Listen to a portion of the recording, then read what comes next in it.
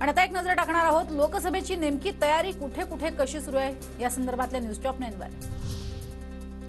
देशभरातील 161 लोकसभा मतदारसंघातील काँग्रेसचे 12 खासदार 40 आमदार यांना भाजपमध्ये घेण्यासाठी हालचाली सुरू।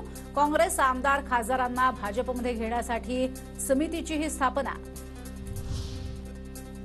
शिंदे गटाच्या लोकसभेच्या काही जागांवर भाजपचा दावा, सूत्रांची माहिती। रामटेक, धाराशिव, परभणी, संभाजीनगर, कोल्हापूरवर दावा, तर रत्नागिरी, सिंधुदुर्ग, ठाणे, नाशिक, पालघरसाठी भाजप आग्रही।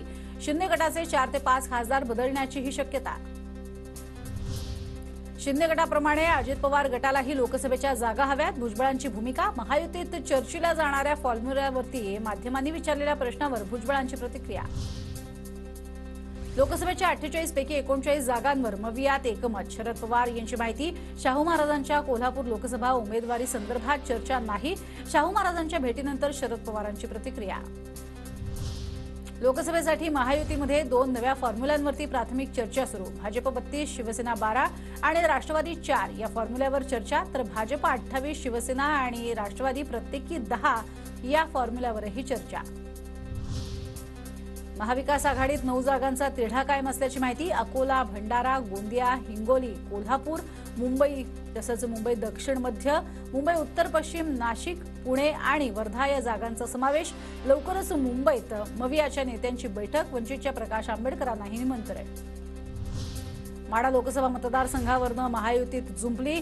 भाजप खासदार रणजितसिंह नाईक निंबाळकर आणि राष्ट्रवादी नेते रामराजे नाईक निंबाळकरांची एकमेकांवर टीका। रामराजे नाईक निंबाळकरांकडून रणजितसिंह यांचा छोटा राजन म्हणून उल्लेख, तर रणजितसिंह यांचं रामराजेंना ओपन चॅलेंज। नांदेड लोकसभा जिंकायची तर वंचित बहुजन आघाडीची साथ महत्वाची। जागा काँग्रेस किंवा वंचितला सुटली तरी नक्की निवडून आणू, जागा नक्की निवडून आणू, काँग्रेस पदाधिकारी आणि माजी नगरसेवकांचा पक्ष निरीक्षकांना शब्द। राज ठाकरे घेणार 10 लोकसभा मतदारसंघांचा आढावा, दक्षिण लोकसभा मतदारसंघापासून घेतला जातोय आढावा।